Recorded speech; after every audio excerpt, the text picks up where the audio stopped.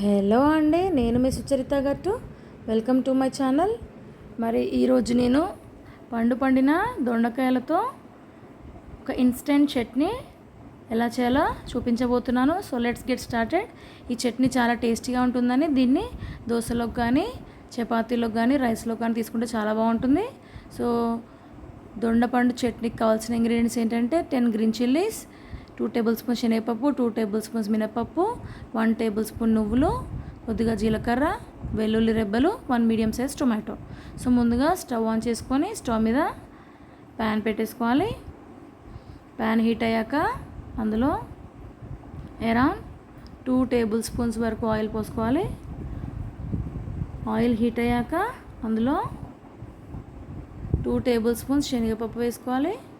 అలాగే 2 table spoons మినపప్పు కూడా వేసుకోవాలి. ఇలా పప్పులు వేసుకున్నాక గోల్డెన్ బ్రౌన్ వచ్చే వరకు వాటిని ఇలా ఫ్రై చేసుకోవాలి. చూడండి, గోల్డెన్ బ్రౌన్ వచ్చేసింది కదా. ఇప్పుడు వాటిని పప్పులను మనం సపరేట్ చేసుకోవాలి. తర్వాత మిగిలిన ఆయిల్లో మనం తీసుకున్న 10 గ్రీన్ చిల్లీస్ ఇలా కట్ చేసి వేసుకోవాలి. చిల్లీస్ వేసాక ఒకసారి ఇలా మిక్స్ చేసుకోవాలి.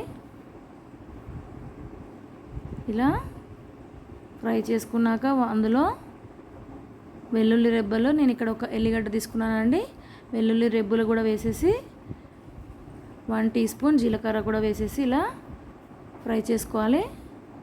చూడండి, చిల్లీస్ బాగా ఫ్రై అయిపోయాయి కదా.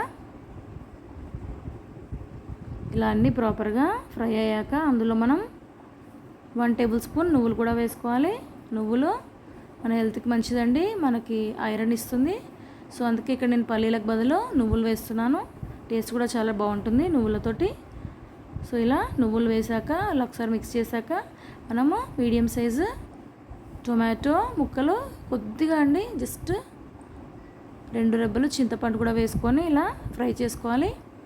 ఇలా ఫ్రై చేసుకున్న వాటిని పక్కన పెట్టేసుకొని ఆ మిగిలిన ఆయిల్లో మనము పండిన దొండపళ్ళను వేసుకోవాలి. చూడండి, ఇలా ఫ్రై చేసుకోవాలి.